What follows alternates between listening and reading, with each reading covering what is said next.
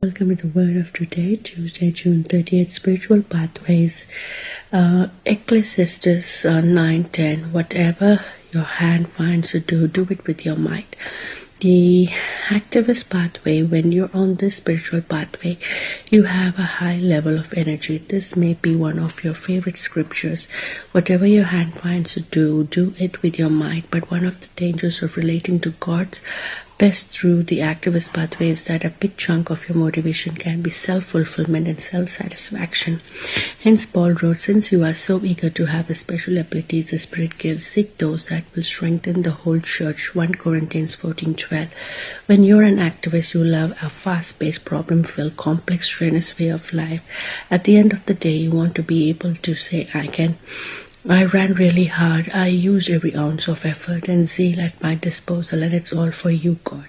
One biblical example of an activist is Nehemiah.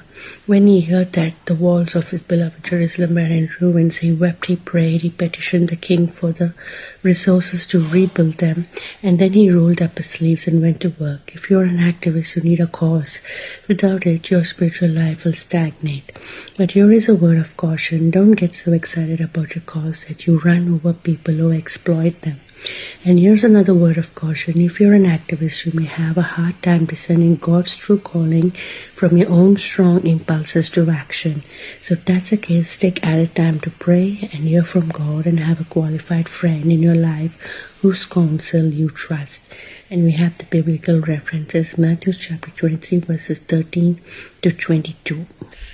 But woe to you, scribes and Pharisees, hypocrites, for you shut up the kingdom of heaven against men, for you neither go in yourselves, nor do you allow those who are entering to go in. Woe to you, scribes and Pharisees, hypocrites, for you devour widows' houses, and for a pretense make long prayers, therefore you will receive greater condemnation.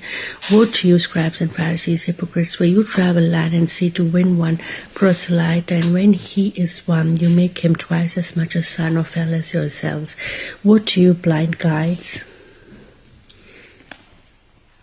who say, whoever swears by the temple, it is nothing, but whoever swears by the gold of the temple is obliged to perform it. Fools and blind, for which is greater, the gold or the temple that sanctifies the gold? And whoever swears by the altar, it is nothing, but whoever swears by the gift that is on it is obliged to perform it. Fools and blind, for which is greater, the gift of the altar that sanctifies the gift?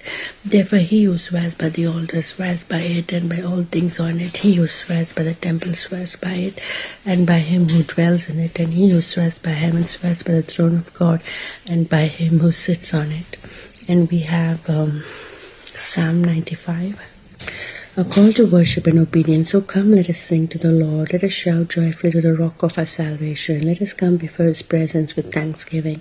Let us shout joyfully to him with psalms. For the Lord is the great God and the great King above all gods. In his hand are the deep places of the earth. The heights of the hills are his also. The sea is his, for he made it, and his hands formed the dry land.